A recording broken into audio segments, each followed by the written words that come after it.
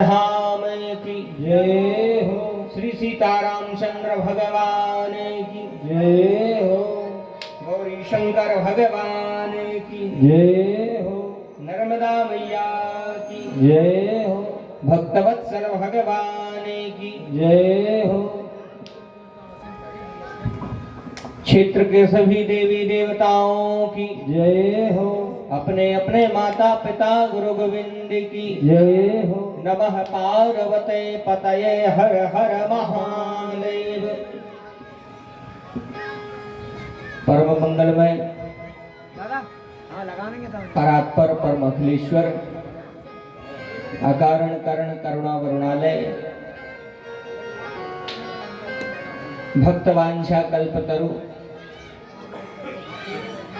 भगवान श्री राधा माधव के चरणों में बारंबार प्रणाम करते हुए भगवान श्री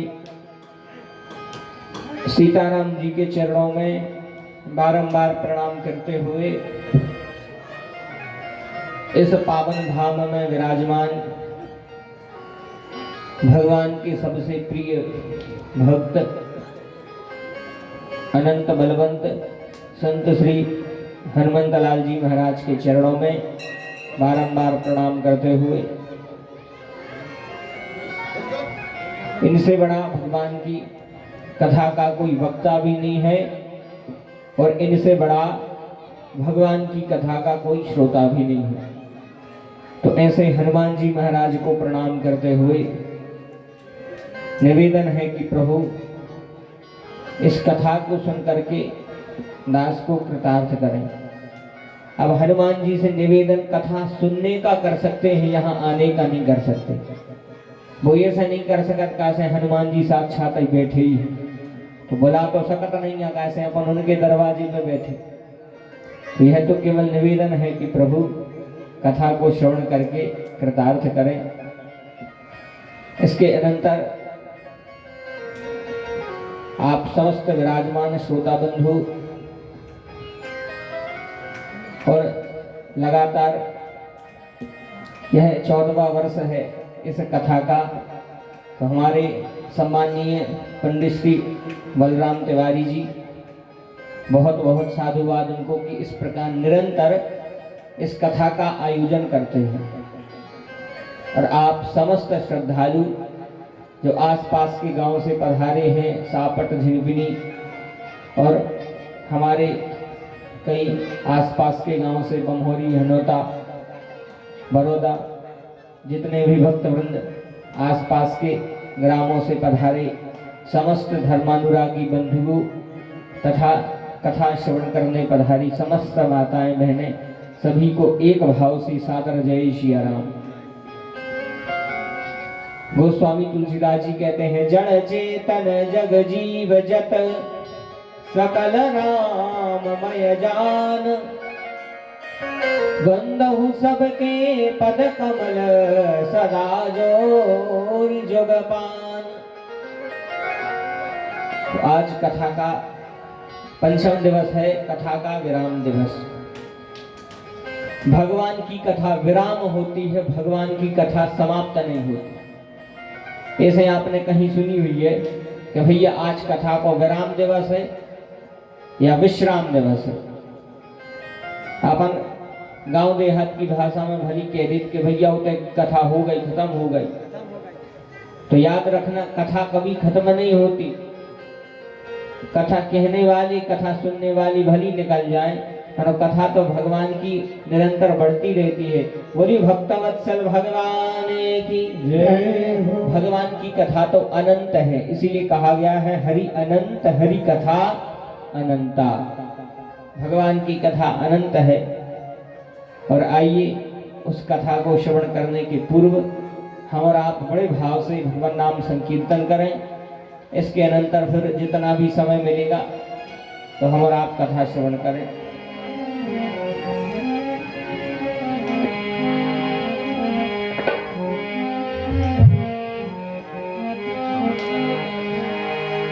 जय सिया राम जय जय सिया राम जय जय सिया राम जय जय सिया राम।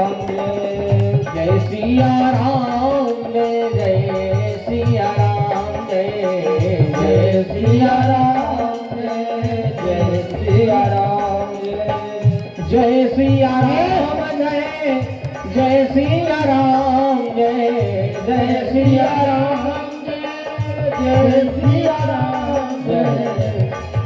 बोले सीतारामचंद्र भगवान की जय। तो बड़ी प्रसन्नता की बात है तो पांडे जी महाराज पधारे। तो सोच रहे थे 2-3 दिन से कि आसपास कथा हो रही है, दर्शन नहीं हो रहे, और हनुमान जी ने बुला ही लिया। जय सिया राम जय जय सिया राम जय जय सिया राम जय जय सिया राम जय सिया राम जय जय सिया राम जय जय सिया राम जय जय सिया राम जय सिया राम जय जय सिया राम जय जय सिया राम जय सिया राम जय सिया राम जय जय सिया राम जय सिया राम जय सिया राम जय सिया राम जय जय सिया राम जय सिया राम जय सिया राम जय सिया राम जय जय सिया राम जय सिया राम जय सिया राम जय सिया राम जय जय सिया राम जय सिया राम जय सिया राम। बोले सीतारामचंद्र भगवान की जय हो। तो बड़ी दिव्य कथा श्री हनुमान जी के दरबार में आप समस्त श्रद्धालु कथा श्रवण करने पधारे। तो हनुमान जी के चरणों में प्रार्थना है, प्रभु ऐसे ही कृपा सब पर बरसती रहे और सभी का मंगल हो गए। राम कथा के सबसे बड़े रसिक हैं श्री हनुमान जी महाराज। इनसे बड़ा ना कोई वक्ता है और ना कोई श्रोता। भगवान की कथा से होगा क्या? प्रश्न है कि कथा आखिर करती क्या है, कथा से होना क्या है। मुझे अच्छा, कथा तो हम बहुत सुनते हैं, पर वास्तविकता में आखिर कथा करती क्या है? बोले भगवान की कथा मनुष्य की व्यथा मिटाती है। व्यथा, कथा का आप अर्थ समझें, कथा का उल्टा करें, कथा का उल्टा होगा थाक। लिखा हुआ है कथा, उसका उल्टा कर दें तो उसका होगा थाक। बोले थाक का अर्थ है भैया कि थाक का अर्थ हो गया संसार रूपी जो थकान हो जावे, तो उस थकान को मिटाने की सबसे बढ़िया जो उपाय है वह है भगवान की कथा। जैसे जेठ मास की दोपहरी होए तो कोनो 2-4 किलोमीटर पैदल चलो, अच्छी बहुत खिंचिया का थकान हो जाए, तो सबसे पहली चीज वो का ढूंढा थे, सबसे पहली चीज ढूंढा था छायरो, कि भैया कहूँ छायरो मिल जाए तो बैठने में। सबसे पहले ढूंढता है छाया, वृक्ष देखता है कि कोई वृक्ष मिल जाए तो उसके नीचे बैठ जाए सुस्ताले में। सबसे पहले छाया देखता है। तो जितने भी बैठे हैं अगर 2-4 किलोमीटर निकले हो गर्मी में तो हमें थकान हो जाए, फिर ऐसा लगा छायरो मिल जाए। तो उसी प्रकार जो हमारा शरीर है और जो हमारा उस शरीर के अंदर मन है, मन भी निरंतर दौड़ता है। अबे इतने बैठो 1 मिनट में ढाने पहुंच जाए, इतना ही बैठो बैठो। मन को कोई भरोसे थोड़ी है, मन की तो आबाद गति है, बहुत तेज है मन। 1 मिनट में नए समय पहुंच जाए। यह मन भी बिल्कुल घूमता रहता है हर जगह, जहां भी देखो तैसे होते जहां चाहे घूम लो। लेकिन जब संसार कि इन विषयों की जब थकान हो जाती है, अच्छा विषय बहुत खतरनाक है, काम क्रोध लोभ मोह मद मत्सर, जब इन सब की थकान हो गई और इन सब की थकान जाएगी कैसे? बोले इन सब की थकान जाने का एकमात्र उपाय है, वह है रामचरितमानस। और यह बात हम नहीं कह रहे हैं भैया, गोस्वामी तुलसीदास जी ने लिखा है।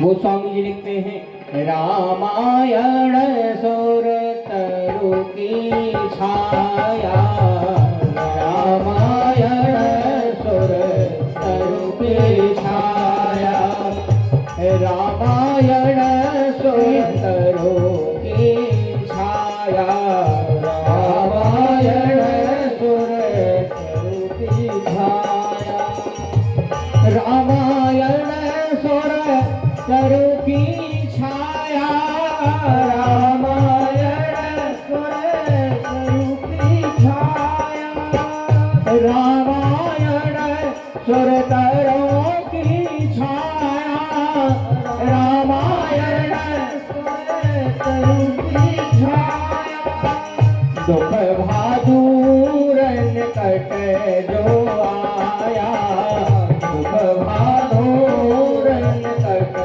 जो आया, दुख भादुर निकट जो आया, दुख भादुर निकट जो आया। गोस्वामी जी लिखते हैं, रामायण सुर तरु की छाया, दुख भा दूर निकट जो आया। अब सुर तरु का अर्थ है कल्प वृक्ष। आपने कल्प वृक्ष को नाम सुनो ही है। कल्प वृक्ष का चमत्कार ये है कि आप उसके नीचे खड़े होके जो कुछ मांगोगे वह मिल जाएगा, उसे कहते हैं कल्प वृक्ष। तो रामायण भी कल्प वृक्ष है। एक के समीप आके आप जो भी मनोकामना करोगे, आप जो भी इच्छा करोगे, उस इच्छा की पूर्ति हो जाएगी। अब समस्या जा है कि आप चाहे जान के करो चाहे अनजाने, इच्छा की पूर्ति तो होगी, क्योंकि यह कल्प वृक्ष है। और जब हम संसार की थकान से थक के हार के जब इसके पास में आएंगे तो यह हमारी इच्छा पूरी कर देगी। बोले सीतारामचंद्र भगवान की जय हो। फिर चाहे आप जानबूझ के पढ़ो या फिर आप अनजान बन के, कल्प वृक्ष को काम जो है कि आप के नीचे अगर गए और गलती से भी आपने कछु मांग लो सो पूरा हो जाए। एक व्यक्ति कहीं जा रहा था एक बार, तो उसने सोचा कि थक बहुत गए हैं, एक पेड़ी के नीचे बैठ जाए। गर्मी बहुत थी, एक पेड़ी के नीचे बैठ गया। एक पेड़ी के नीचे बैठो, अच्छा वो पता नहीं तो वो कल्प वृक्ष को पेड़ है, वह वृक्ष कल्प वृक्ष है। वो के नीचे बैठ के आप जो भी इच्छा करो वो पूरी हो जाए। वो को मालूम नहीं तो अच्छा मन आए, मन जहां जाए पहुंच जाए। कल्प वृक्ष के नीचे बैठो बैठो सोचन लगो, भारी दोपहरिया है, कहां से ते हमें अच्छी एक लोटा ठंडो पानी मिल जातो। अब कल्प वृक्ष है कल्प वृक्ष है, जहां उनके सामने कही कि भैया एक लोटा ठंडो जल मिल जाए तो आनंद आ जाए। तो बस कल्प वृक्ष के सामने कई सो लोटा सामने आ गया, बड़ो प्रसन्न भाव, भैया लोटा आ गया सामने। जैसे ही लोटा सामने आया, बढ़िया पानी उठाया और जल पी लिया। अच्छा मन बड़ी खतरनाक, एक मिला तो भर जावे, फिर इतनी इच्छाएं कब खत्म नहीं होंगे। मिल भर जाए फिर व्यक्ति की इच्छाएं कभी खत्म नहीं होती, इच्छाएं की कभी पूर्ति नहीं होगी। जो हमारी चाह है वो चाह की को पूर्ति नहीं होगी। एक कवि कितनी अच्छी बात लिखते थे कि जो मनुष्य की इच्छा है, मनुष्य की आकांक्षा है, वह कभी पूरी नहीं होती, चाहे कि कभी खत्म नहीं हो गए। चाह बहुत खतरनाक चीज है। एक कवि कितना अच्छा भाव लिखते हैं कि चाह आनों से पैसों में आती रही, चाह आनों से पैसों में आती रही, चाह पैसों से रुपया बनाती रही, चाहे रुपयों से नोट भुनाती रही, और चाहे नोटों से कोठी सजाती रही, चाहे कोठी से मोटर मंगाती रही, चाहे मोटर से होटल में जाती रही, चाहे होटल में बोतल खुलाती रही और चाहे क्या क्या न करती कराती रही, चाहे क्या क्या न करती कराती रही। चाहे पकड़ी जिन्होंने वो पीले हुए, चाहे छोड़ी जिन्होंने रसीले हुए, चाहे जी से लगी जी जरा हो गया और चाहे हरी से लगी जी हरा हो गया। अब हमें यह चाह हर समय चाहिए, अगर वो चाह ले तो फिर क्या चाहिए। चाह महाराज ऐसी होवे कि जो चाह है वह भगवान से मिला दे, बड़ी खतरनाक चीज। इसने सोचा कि भैया जल मिल जाता तो जल सामने आ गया, नारद देव पेट पे हाथ फेरने लगो, कहते भूख भी बड़ी लगी है, भोजन और आ जाए और बढ़िया। अब कल्प वृक्ष के नीचे बैठा था, जैसे ही सोचा भोजन और आ जाए तो बस सामने थाली लग के आ गई, और जैसे ही सामने थाली लग के आई अब तो खुशी को ठिकाना नहीं, इतनी प्रसन्नता उठाई, थाली बढ़िया भोजन करे। अच्छा भोजन करे, भोजन के बाद अच्छे जब खिचिया के भोजन हो जाए तो नींद आती है बहुत खतरनाक। तो जैसे ही बिल्कुल अभर के भोजन भय, पेट भर के भोजन भय तो नींद आई, और जैसे ही नींद आई से सोचने लगा भोजन हो ही गए हैं, अच्छो एक गद्दा और मिल जाए तो बढ़िया, एक गद्दा और मिल जाता तो बढ़िया सोवल लेते। अच्छा कल्प वृक्ष के सामने नीचे बैठो तो जे कछु इच्छा कर रहा तो वह पूर्ति हो रही थी, मालूम हतो ने कि कल्प वृक्ष आए तो बढ़िया एक गद्दा आ गया, गद्दा आ गया बढ़िया लेट गया गद्दा पे। जैसे ही गद्दे पे लेटा सोचने लगा बढ़िया है, जंगल है, अच्छो दृश्य है, अच्छो नजारा है, लेकिन देखत देखत मन बड़ो खतरनाक न जाने तैसे होते कब पहुंच जा, सोचन लगो यहाँ सो वीरान जंगल है, यहाँ से शेरे आ जाए। कल्प वृक्ष के नीचे बैठो तो सही में शेरे आ गए, सोचन लगो यहाँ से शेर आ जाए और बस लपेटी में ले ले बे शेर आ और बस गोविंद आए नमो नमः बोलो सीता रामचंद्र भगवान की। तो बड़ी खतरनाक चीज है कल्प वृक्ष, चाहे आप अनजाने में उसके सामने जाओ, चाहे आप जान करके उसके सामने जाओ, आपकी इच्छा पूरी अवश्य होगी। इसलिए गोस्वामी जी ने लिखा है कि जैसा काम नर सुनहि जगावहि, जैसा काम नर सुनहि जगावहि, जैसा काम नर सुनहि जगावहि, जैसा काम नर सुनहि जगावहि, जैसा काम नर सुनहि जगावहि, जैसा काम नर सुनहि जगावहि, जैसा काम नर सुनहि जगावहि, जैसा काम नर सुनहि जगावहि, सुख संपत्ति नाना विधि पावहि, सुख संपत्ति नाना विधि पावहि, सुख संपत्ति नाना विधि पावहि, सुख संपत्ति नाना विधि पावहि। गोस्वामी जी लिखते हैं जैसा काम नर सुनहि जगावहि, सुख संपत्ति नाना विधि पावहि। फायदा जो ही लिखता उत्तरकांड में, बोले जे सकाम नर, सकाम यानी जोन भी काम हो गए, निष्काम नहीं सकाम, जोन भी कामना की इच्छा करो वह पूर्ति हो जाए, जो भी इच्छा करोगे वह इच्छा पूर्ति हो जाएगी। अच्छा अपन को पहले चाहना फायदा, जो लोग फायदा नहीं मिले, जो लोग काम नहीं करने, तो लोग देवी देवता की आराधना कर रहे हैं वो भी फायदा है। अगर भगवान की आरती कर रहे ओम जय जगदीश हरे, स्वामी जय जगदीश हरे, भक्त जनों के संकट क्षण में दूर करे,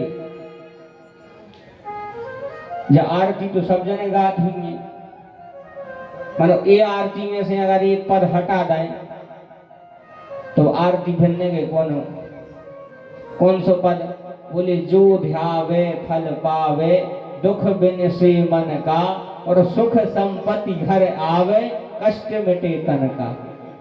जो अगर निकाल ली में तो आरती में का बचो फायदा तो बचो नहीं है। अच्छा ध्याएगा कब तक व्यक्ति भगवान को, जो ध्यावे फल पावे, फल श्रुति पे नहीं लिख दई। कोई भी ग्रंथ है वो ग्रंथ की फलश्रुति पहले लिखी, फल पहले लिख दो। जैसे हनुमान चालीसा सब करा थे, तो हनुमान चालीसा सब करते हैं, तो हनुमान चालीसा की फलश्रुति क्या है? तो फलश्रुति हनुमान चालीसा में गोस्वामी जी ने लिखी है, जो यह पढ़े हनुमान चालीसा, जो यह पढ़े हनुमान चालीसा, जो यह पढ़े हनुमान चालीसा, जो यह पढ़े हनुमान चालीसा। और इसके साक्षी कौन है? इसके साक्षी है भगवान शंकर। जो यह पढ़े हनुमान चालीसा, जो यह पढ़े हनुमान चालीसा, होए सिद्धि साखी गौरीसा, होए सिद्धि साखी गौरीसा, होए सिद्धि साखी गौरीशा, होए सिद्धि साखी गौरीशा। हनुमान चालीसा की फलश्रुति है, जो यह पढ़े हनुमान चालीसा होए सिद्धि। वो सिद्धि हो जात है। अच्छा, सिद्धि को अर्थ का है? बोले सिद्धि को अर्थ जो है कि हमारी इच्छा पूरी हो जाए, जो मनोकामना है वह पूरी हो जाए। तो होए सिद्धि सा की, बोले इसके साक्षी कौन है? बोले गौरी सा, भगवान शंकर। तो बोले इतने बड़े साक्षी हैं तो पर पढ़ो। तो बस हनुमान चालीसा बढ़िया नहा धो। हमने तो देखो है भैया, अपन तो देखी सुना रहे। जैसे ही नहा मुंह में तेल डाला, जय हनुमान ज्ञान गुण सागर, तेल लगा जा रहे हाथों में, जय कबीर से तीन लोग को जाकर। बताओ हमने कहीं धन्य हो। तेल लगा जा रहे हाथ पांव में, जय कबीर से तीन लोग को जाकर। ऐसी सिद्धि मिलने। मुंह में तेल लगा रहा है, कंघी कर रहा, हनुमान चालीसा पढ़ रहा है। कई जनों को हमने देखो बड़े व्यस्त रहे थे, और जहां पूजा को टेम लगा रहे, बहुत जल्दी है, बहुत जल्दी है। कपड़ा पहना जा रहा है, हनुमान जी को हनुमान चालीसा करत जा रहा है। काय को कर रहा? बोले फायदा हो गया। आदमी फायदा को पहले कर रहा। इसीलिए वो स्वामी तुलसीदास जी जानते थे भैया कलयुग के आदमी इनको फायदा पहले जाने, ये सब फायदा उनने पहले ही लिख दो। जो भगवान की कथा सुनेगा, जे सकाम नर सुन ही जे गावही, और सुख संपत्ति नाना विधि पावही। उसको सुख संपत्ति सब कुछ मिल जाएगी। केवल शर्त एक है कि मन क्रम वचन से केवल भगवान को ध्याओ, सब कुछ मिल जाएगा। शर्त केवल एक है कि मन से, कर्म से, वचन से बड़ी सरलता से भगवान को ध्याओ। क्योंकि जो सरलता में भगवान मिल जाते हैं, और भगवान कहीं नहीं मिलते इतने जल्दी, जितने जल्दी भगवान सरलता में मिल जाए। आदमी को कितना ज्ञान हो जाए, पर भगवान सरलता में मिलते हैं। और सरल इतने बन जाओ कि सब में भगवान दिखने लगे, इतने सरल बन जाओ। एक संत चरित्र आता है, आपने नामदेव जी का नाम सुना होगा। अब हमें ध्यान आ गई तो हम कथा सुनाए दे रहे। नामदेव जी का आपने नाम सुना होगा, संत नामदेव, जो भगवान विठल भगवान के बड़े भक्त थे, भगवान कृष्ण के बड़े उपासक थे। जे इतने सरल हते कि भगवान इनको साक्षात दर्शन देते। भगवान इनको दर्शन देवे, ये भगवान से बातें करें, ये भगवान से बातें करें। और जब भगवान इनके पास में आ जाए तो ये अपने हाथ से भोजन कराएं भगवान को। बताओ, इतने बड़े भक्त थे।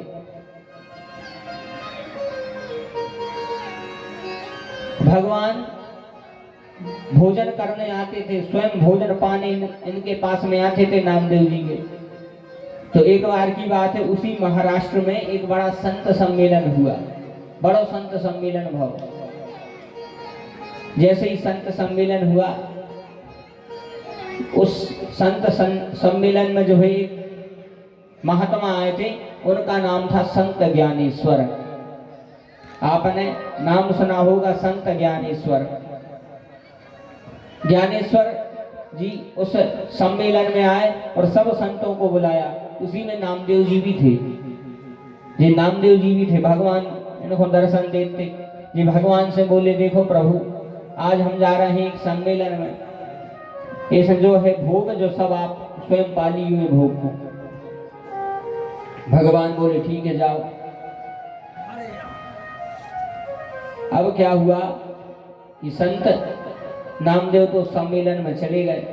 अब पूरे संत एकत्रित हुए उस सभा में, और जिस जगह वह सभा हो रही थी वह था एक कुम्हार का घर। एक कुम्हार के घर पर वह सभा हो रही थी, संत सम्मेलन एक कुम्हार के घर में। अच्छा, आपने अंदाज किया होगा जब कुम्हार घड़ा बनाता है, जब कुम्हार घड़ा बनाते तो अपने हाथ में एक थापी ले, एक थापी छोटी सी हथौड़ी वो खोकी था थापी, और जब वो घड़ा बनाते तो एक अंदर से हाथ लगा रहे थे वो घड़ा में, और देखा था कि अगर कच्चा है घड़ा या अभी टेढ़ा है चपटा है कैसा है, तो थापी से मार के उनको ठीक कर देते। लेकिन ठीक जब करा थे जब घड़ा कच्चो हो, अगर पक्की में तन्ना कहीं जोर से मार दे तो टुकलो हो जाए, पूरा घड़ा ही बिगड़ जाए। इसमें जब घड़ा कच्चो रहे थे तो वो समय पे ठीक करा थे।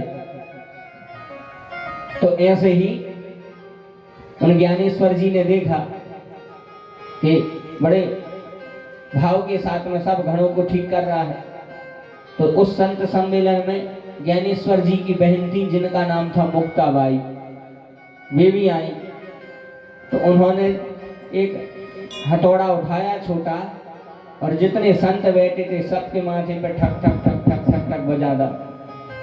जैसे सबके माथे पे ठक ठक ठक ठक बजा तो सब तो चुप रहे, लेकिन नामदेव जी बैठे थे। नामदेव जी को गुस्सा आ गई, नामदेव जी गुस्सा में खड़े हो गए, बोले क्या अभद्र व्यवहार है, ये का व्यवहार है संतों के समक्ष। इनको तो गुस्सा आ गई, जो सभा छोड़ के जान लगे। तो जो ज्ञानेश्वर की बहन थी जिनका नाम था मुक्ताबाई, वे बोली ज्ञानेश्वर से कि देखो भैया, यहाँ जितने भी संत हैं यानी जितने भी घड़े हैं, उन्होंने संतों को घड़े से संबोधित किया। बोले जितने भी घड़े हैं सब पक्के हैं, केवल एक घड़ा कच्चा है, वो भी नामदेव जी। यही भर कच्चे कहानी, बाकी सब पक्के हैं। और जैसे ही नामदेव जी ने सुना, बड़े क्रोध में सभा को छोड़ के आ गए। भगवान से आके बोले, भगवान इनसे बात करते थे मूर्ति में छुप के। भगवान से बोले बता प्रभु, हम कच्चे हैं, हम में ज्ञान नहीं है। भगवान बोले तुम में ज्ञान तो है, पर ज्ञान के साथ साथ तुम में सरलता नहीं है। तुम में सरलता नहीं है, ज्ञान तो है पर ज्ञान के साथ साथ में सरलता होनी चाहिए, सरलता नहीं है। बोले तो जीवन में सरलता कैसे आएगी? बोले जब तुमको योग्य सदगुरु बना लोगे तो उसी समय तुम्हें सरलता आ जाएगी। तो बोले बताओ हम कौन कौन सदगुरु बनाए? भगवान बोले जाओ एक अमुक जगह पे चले जाओ, एक शिवालय में एक महाराज जी हैं, उनका नाम है विशोबा, उनको तुम अपना गुरु बना लेना। अब नामदेव जी चले गए शिवालय में। भगवान शंकर जी की मूर्ति बढ़िया शिवलिंग रखी थी, और जैसे ही नामदेव जी उस मंदिर में गए तो देखा, जैसे ही वो मंदिर में देखो इनको तो मूड खराब होगा। जो उनकी भगवान कह रहे थे कि तुम अपने इनको गुरु बना लियो, वे गुरु भगवान शंकर जी के ऊपर पांव धरे बढ़िया सो रहे थे, शंकर जी पे पैर रख के सो रहे थे। और जैसे ही इन्हें देखा तो बड़ी गुस्सा आई कि बताओ कैसा दुष्ट है ये, भगवान शंकर जी पे पैर रख के सो रहा है। तो इन्होंने पैर पकड़े एक तरफ रख दिए, और जैसे ही पैर एक तरफ रखे तो जहां उनके पैर गए वहीं भगवान की शिवलिंग प्रकट हो गई। बोले शंकर भगवान की, वही शिवलिंग प्रकट हो गई। फिर इन्हें उते से हटा, फिर अलग रखी, उते शिवलिंग प्रकट हो गई।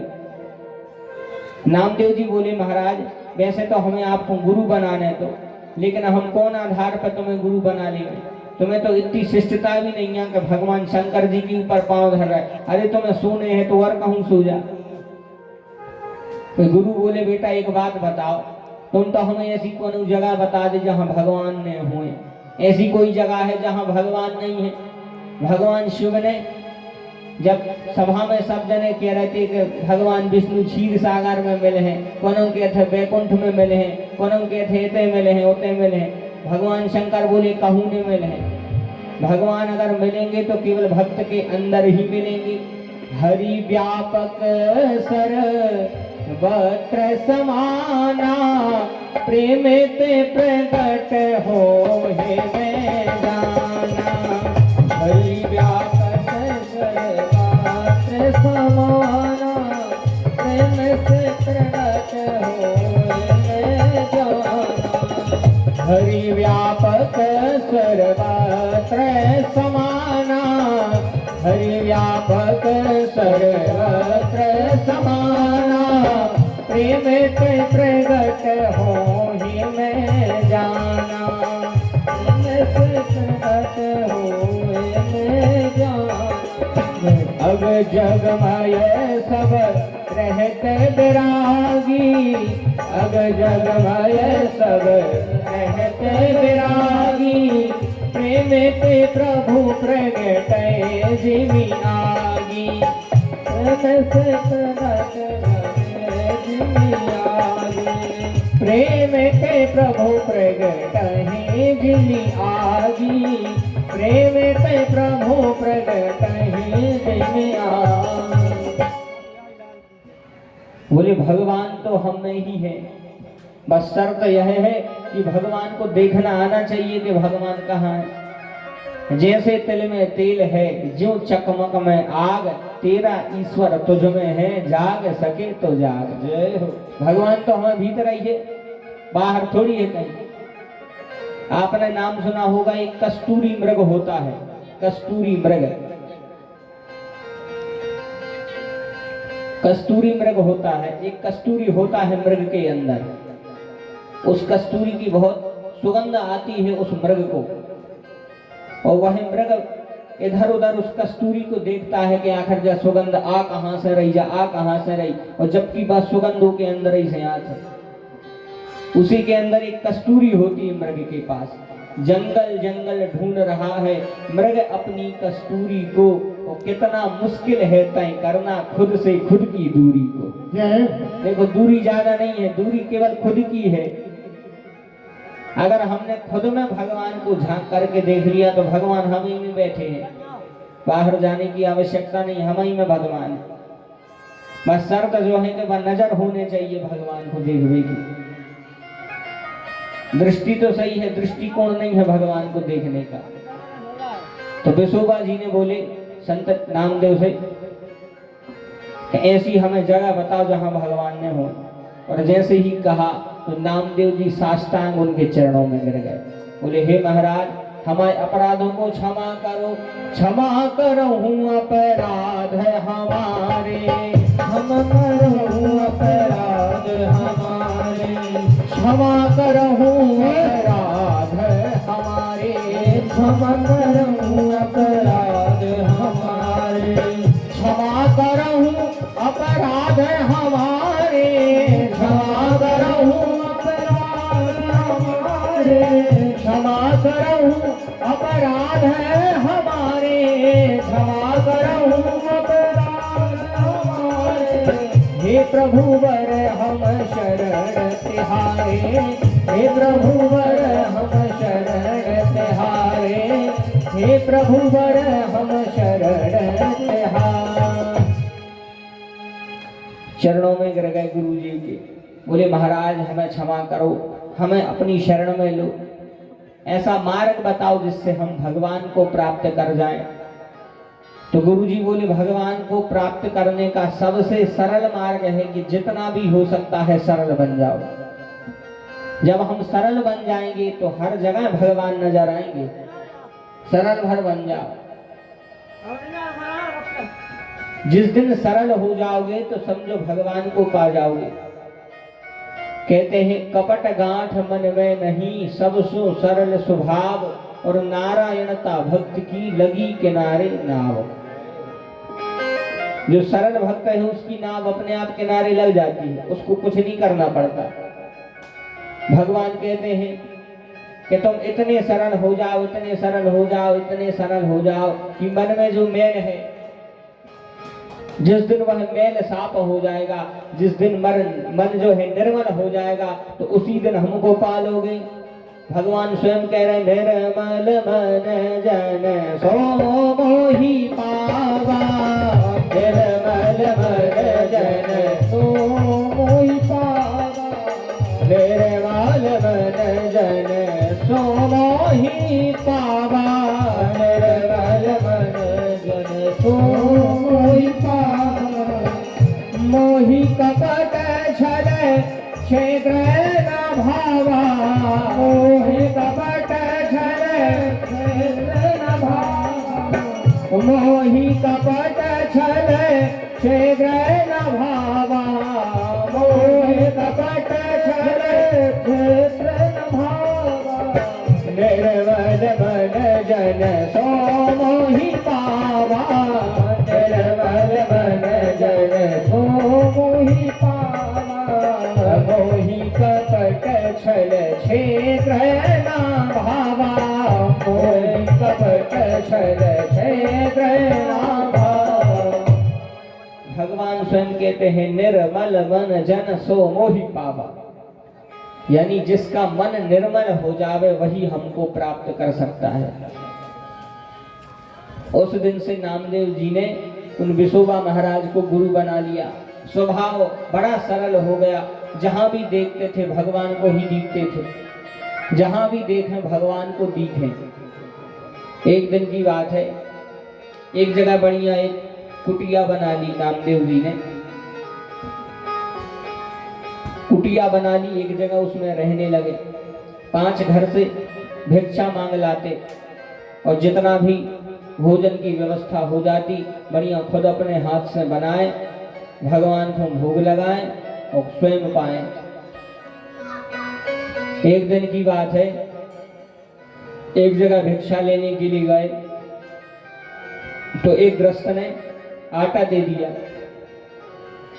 अब जैसे ही आटा मिला तो सोची कि अब आटा मिलेगा, वह अब काय को 4 जगह और मांगे, इतने में व्यवस्था हुई जे। तो अपनी कुटिया में वह आटा ले आए, उस आटे की बढ़िया गूंथ करके साधु शाही टिक्कड़ बनाई। टिक्कड़ तो खाई हुई नहीं, बढ़िया हाथ से सिद्ध की उस टिक्कड़ को, और जैसे ही वह 4 टिक्कड़ बनी तो बस उन टिक्कड़ों को रखा और बस घी लगावे बारे हते। तो वही समय पे हाथ धोबे के लाने जैसे ही गए तो एक कुत्ता आया और उन्हें पूरी की पूरी 4 रोटी 4 टिक्कड़ मुंह में दाबी और बस ले जाने लगो। धन्य है मगर संत नामदेव जी। कुत्ता रोटी लेके भग रहा है, आगे आगे दौड़ रहा है, और नामदेव जी पीछे घी को डब्बा लाए। बोले महाराज अब ने जाओ, इतनी भूख लगी है, रोको रोको, ऐसी सूखी ने खाओ, गले में अटक जाए हैं, घी तो लगा लो, घी तो चौपड़ लो। कुत्ता रोटी लेकर भागो जी, पीछे घी को डब्बा लेकर भागी, अब ने जाओ अब ने जाओ। क्यों? क्योंकि वह उन्हें स्वान में भी भगवान को दर्शन कर रहे, स्वान में भी भगवान का दर्शन कर रहे हैं, इतनी सरलता। जैसे ही पीछे पीछे भागने लगे। अच्छा एक बात है, वे तो संत नामदेव जी हैं, इतने सरल, अपन अपने ही से अंदाजा लगा ले कि यदि वर्तमान में जाके बाटियां बना रहे हैं कहीं हनुमान जी के दरबार में, अब जैसे बाटियां बन रही हैं और वो बाटियां बना रहा हो और इतने जने बैठे, बाटियां बन गई हो, भरता बना रहे हो, और वही समय पे कुत्ता आके तो वही बाटियां ले जावे, इतने जने बैठे हो तो उन्हें डंडा लेकर भागो पीछे के भरता, सब जने डंडा ही लेकर भाग हैं, मुश्किल से बनाएंगे, बताओ ले जा रहा। मगर धन्य है संत नामदेव, उस स्वान में भी भगवान के दर्शन कर रहे हैं। और जैसे ही पीछे पीछे दौड़े तो उसी समय स्वान रुक गया और साक्षात भगवान कृष्ण प्रकट हो गए। देवता तालियां बजाने लगे, पुष्प वर्षा करने लगे। बोलो भक्तवत्सल भगवान की जय। स्वान का रूप विलीन हुआ, उस स्वान यानी कुत्ता का रूप गायब हो गया, स्वान का रूप विलीन हुआ, प्रभु कृष्ण चंद्र बन आए हैं, स्वान का रूप विलीन हुआ,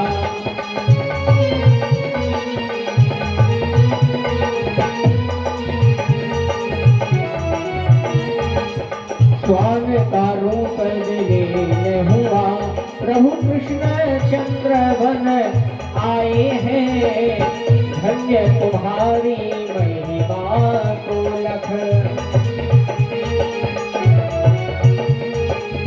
धन्य तुम्हारी महिमा को लख, देव फूल बरसाए हैं, धन्य तुम्हारी महिमा को लख, देव फूल बरसाए हैं, धन्य तुम्हारी महिमा को। भगवान कृष्ण प्रकट हो गए।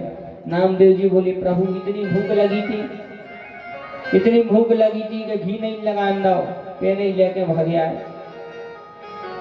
अगर आपको खाना ही तो स्वान बनवे की क्या जरूरत है, नहीं ऐसे ही सामने आकर मांग लेते। भगवान बोले नामदेव जी से भक्त रोटी तो कुत्ता लेके ही भगा था, लेकिन उस स्वान में तुमने हमारे दर्शन कर दिए, इसलिए हमें उस स्वान में से प्रकट होना पड़ा।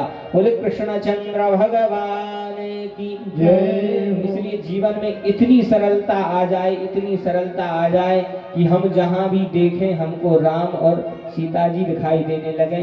सिया राम मैं सब जग जानी, सिया राम मैं सब जग जानी, सिया राम मैं सब जग जानी, सिया राम मैं सब जग जानी, करहूँ प्रणाम जोर जोग पानी, करहूँ प्रणाम जोर जोग पानी, सिया राम मैं सब जग जानी, सिया राम मैं सब जग जानी, करहूँ प्रणाम जोर जोग पानी, करहूँ प्रणाम जोर जोग पानी।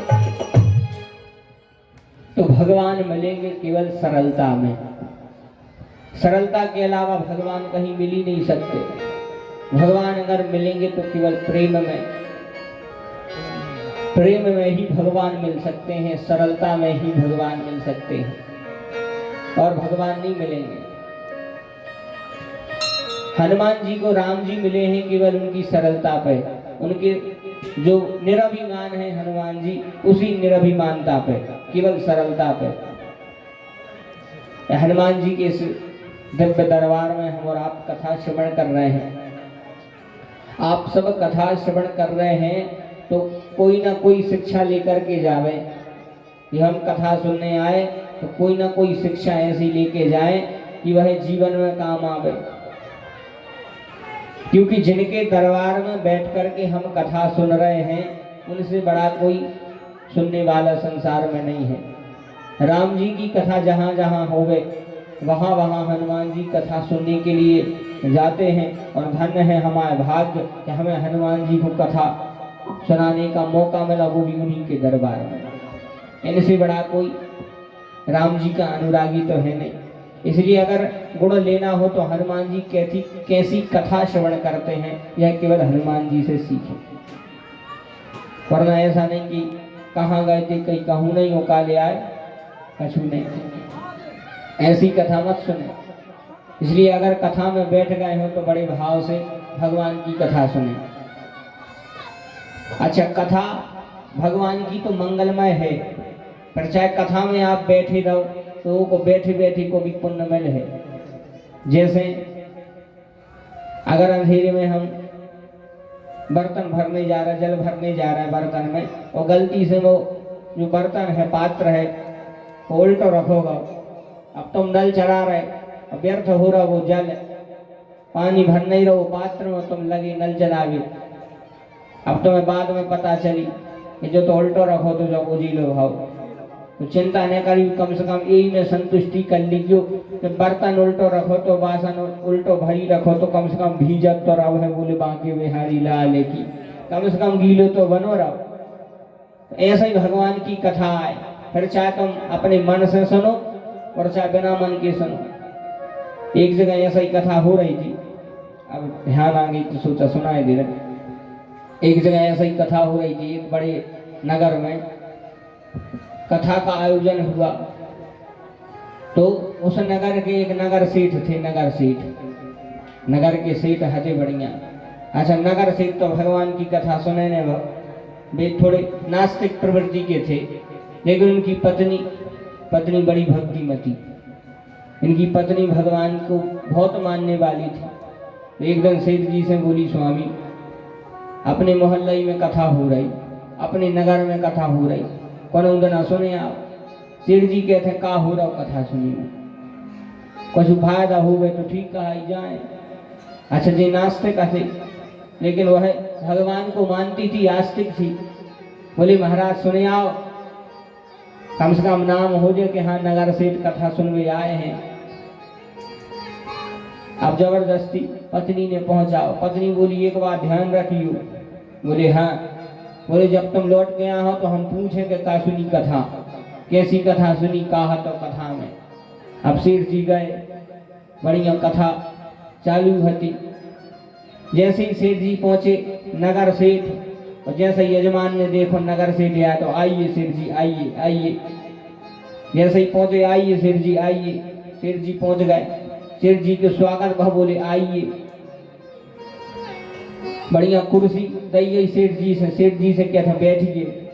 सेठ जी आए, आइए और बैठिए, तो बैठ गए। अब बढ़िया आरती भाई, आरती के बाद जैसे ही कथा भाई, इतने कथा शुरू हुई होते सेठ जी की नींद लग गई। इतने कथा शुरू होते सेठ जी की नींद लग गई। 3 घंटा कथा चली, 3 घंटा सेठ जी घुरक घुरक के सोए। कछु जने घुरकत बड़ो खतरनाक। अच्छा, आदमी घुरका थे तो बाकी वाले कैसी ध्वनि रे थे वो खुद पता नहीं रही कि हमारी मौसम कर रही के नहीं। घुरक घुरक के सामने वाले आसपास को कोने सुन रहे हैं। बोले बाकी वे हरी लाल की जय। घुरक घुरक के सोई 3 घंटा। अच्छा, श्रोता भी अनेक प्रकार के होते हैं। कछु तो श्रोता होते हैं जो सुनते हैं, और कछु पर सोता होते हैं, सोते हैं। जैसे कोनो को नींद की बीमारी हुई, नींद नहीं आ रही हो, तो हम गारंटी दे रहे कथा में भरान लगे।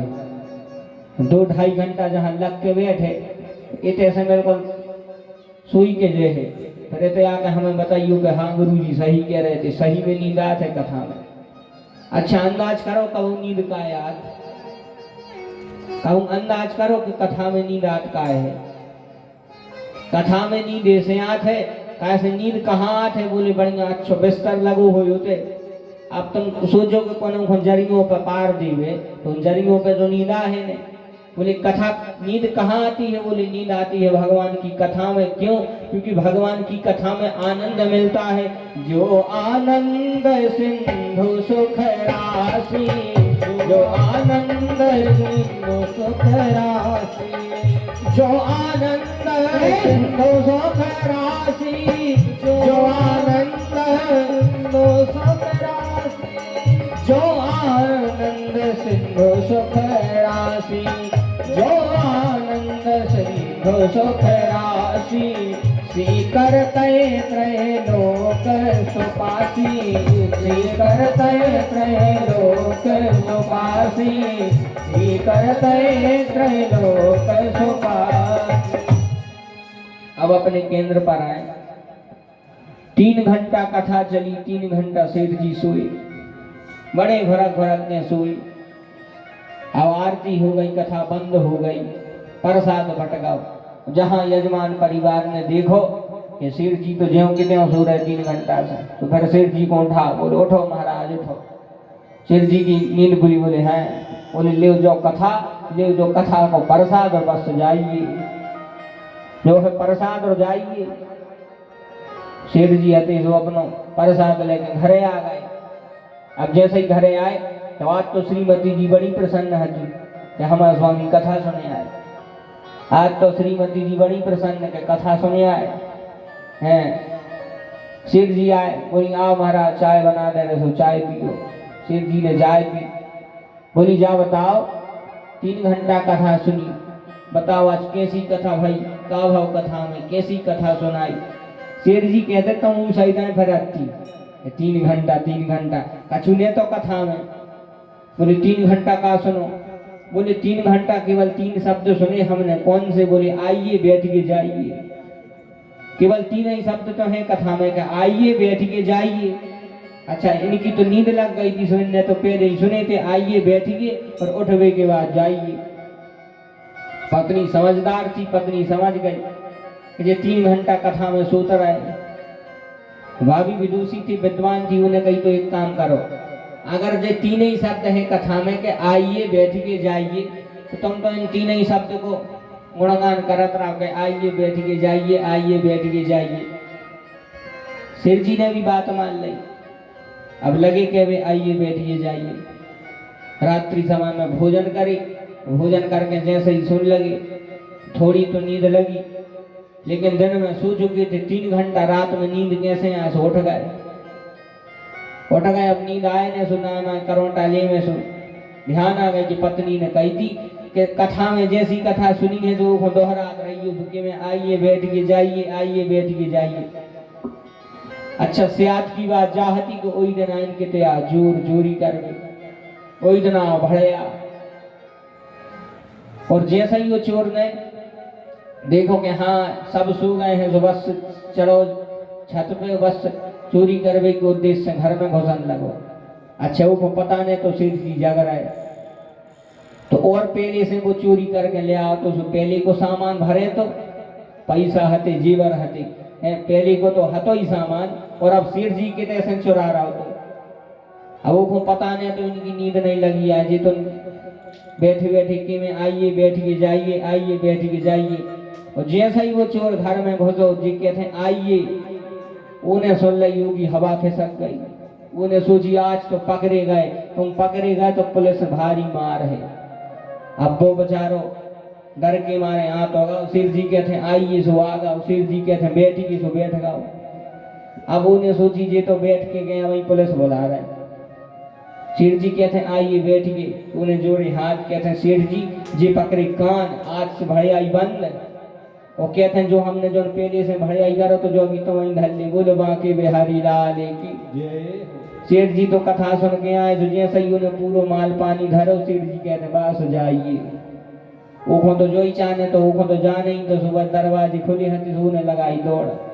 बोलो सियावर रामचंद्र की जय। और जैसे ही उन्हें दौड़ लगाई, जैसे ही आवाज आई तो पत्नी उठ गई। बोले शेर जी से का बात है, का बात है? बोले आज चोरे आओ तो चोरी कर गए।